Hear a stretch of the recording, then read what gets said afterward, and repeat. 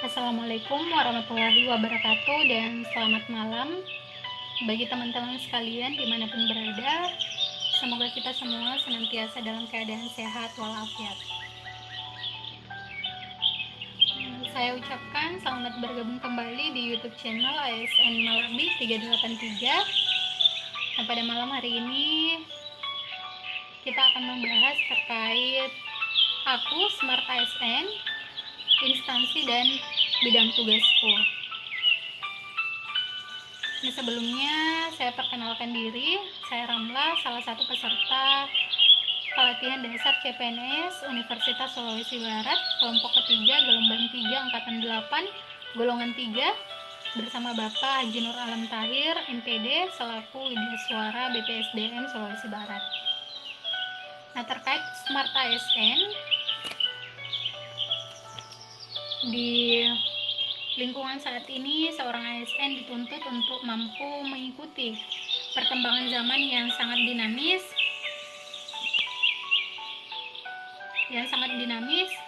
dan sangat cepat pergerakannya, baik dari transformasi digital, inovasi, kreasi digital. Ini tentu akan sangat mendukung tercapainya birokrasi pemerintahan Indonesia untuk mencapai tujuan, yaitu Smart ASN, birokrasi berkelas dunia di tahun 2025. Jadi 3 tahun dari sekarang, harapannya cita-cita ini bisa terwujud. Nah, ada beberapa ciri ini terkait Smart ASN.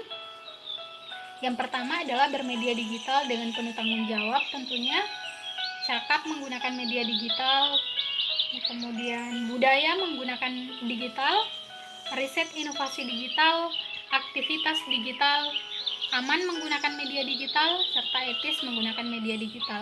Jadi semua serba digital. Informasi-informasi yang diberikan, sistem-sistem yang digunakan dalam memberikan pelayanan kepada masyarakat ini dituntut untuk bisa berkembang sesuai dengan tuntutan zaman saat ini. Nah, terkait Smart ASN di tingkat instansi. Nah, sebelumnya kita bahas terlebih dahulu terkait visi misi Fakultas Keguruan dan Ilmu Pendidikan Universitas Sulawesi Barat. Nah, visinya yaitu berkinerja unggul dalam pengembangan sumber daya manusia, ilmu pengetahuan, teknologi berbasis pendidikan, agama, dan budaya untuk memecahkan masalah lokal, nasional, dan global. Jadi harapannya visi misi ini dapat terlaksana dengan tentunya sarana prasarana yang semakin baik. Saat ini dilihat dari gedung, sarana gedung, laboratorium, ruang belajar, akses wifi, yang tentu akan sangat menunjang dan mendukung transformasi ataupun pergerakan informasi di seluruh sivitas akademika Fakultas Keguruan dan Ilmu Pendidikan Universitas Sulawesi Barat. Nah, adapun visinya ini adalah yang pertama, menyelenggarakan program pendidikan menghasilkan lulusan yang berkualitas, berdedikasi tinggi, dan berakhlak mulia. Nah, baik di tingkat lokal, nasional maupun global. Membangun sistem tata kelola yang bermutu, transparan, dan bertanggung jawab. Nah, hal ini bisa dilihat dari beberapa platform ataupun aplikasi-aplikasi digital yang digunakan oleh FKIP Unsulbar untuk menjembatani kebutuhan dari para seluruh mahasiswa dengan para dosen, sehingga komunikasi dapat tetap terlaksana dengan lebih sistematik dan komprehensif.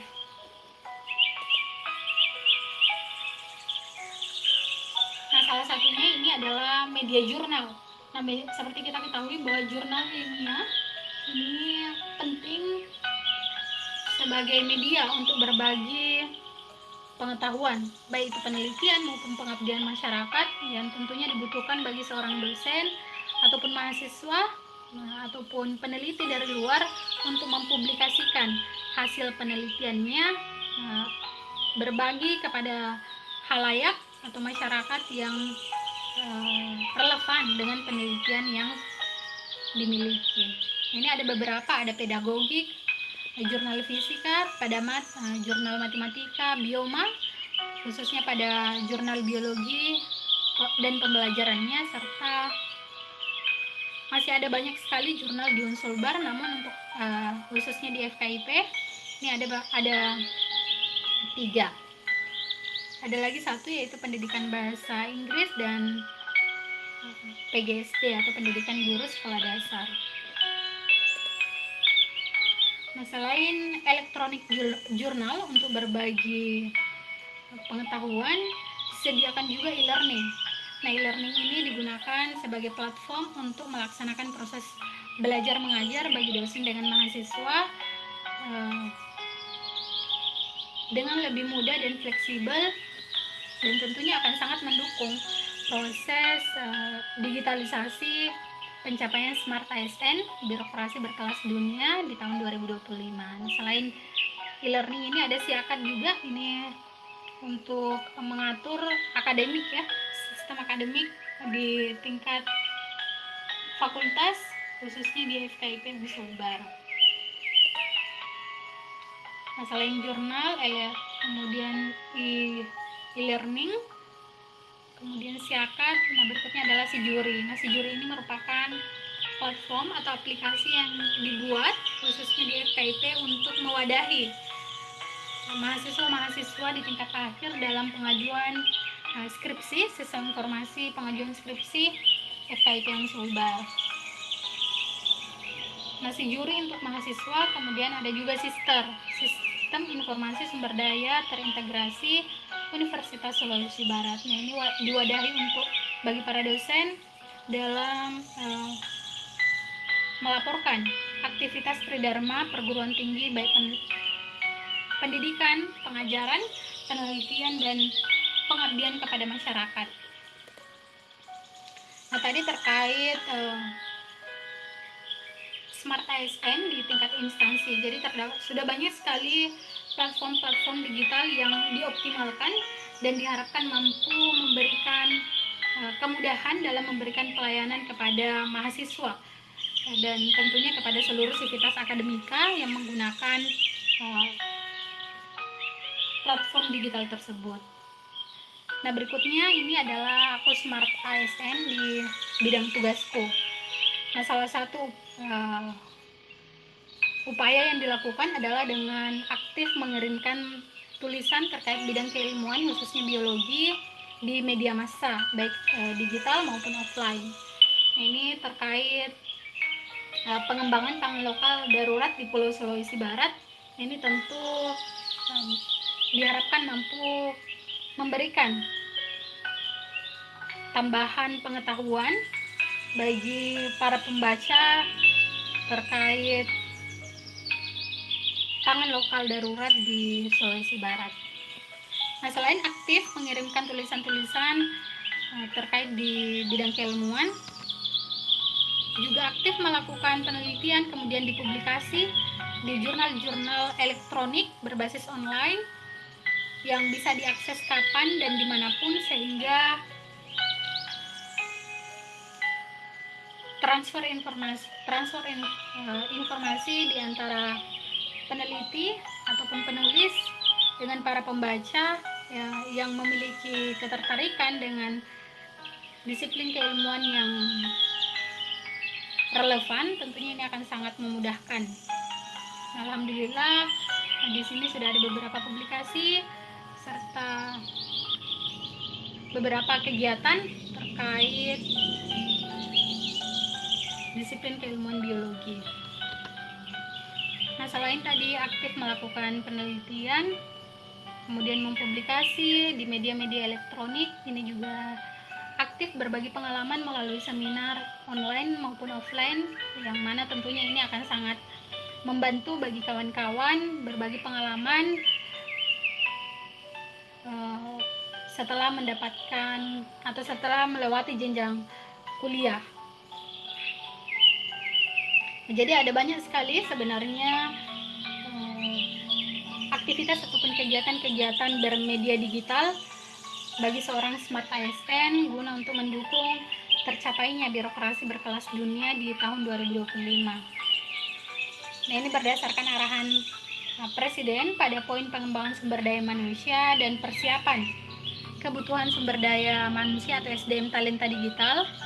Literasi digital berperan penting untuk meningkatkan kemampuan kognitif SDM di Indonesia agar keterampilannya tidak sebatas mengoperasikan gawai. Jadi diharapkan bahwa kita tidak hanya sebagai pengguna gawai saja, tetapi kita mampu mengelola gawai tersebut sehingga bisa menghasilkan output yang lebih besar dengan dampak yang lebih besar juga kepada masyarakat.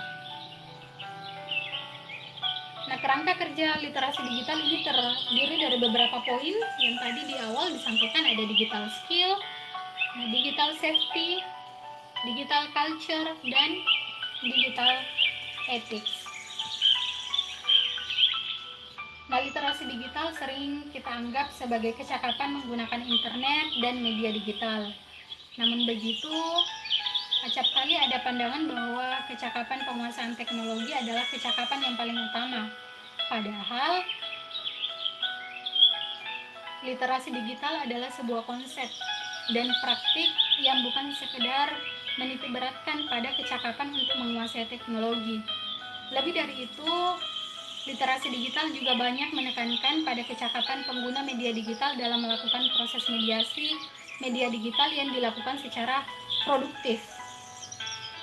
Nah, seorang pengguna yang memiliki kecakapan literasi digital yang bagus tidak hanya mampu mengoperasikan alat, melainkan juga mampu bermedia digital dengan penuh tanggung jawab. Nah, keempat pilar penopang literasi digital yaitu etika, budaya, keamanan, kecakapan, dan dalam bermedia digital. Nah, etika bermedia digital meliputi kemampuan individu dalam menyadari, mencontohkan, menyesuaikan diri, merasionalkan, mempertimbangkan, dan mengembangkan tata kelola etika digital dalam kehidupan sehari-hari.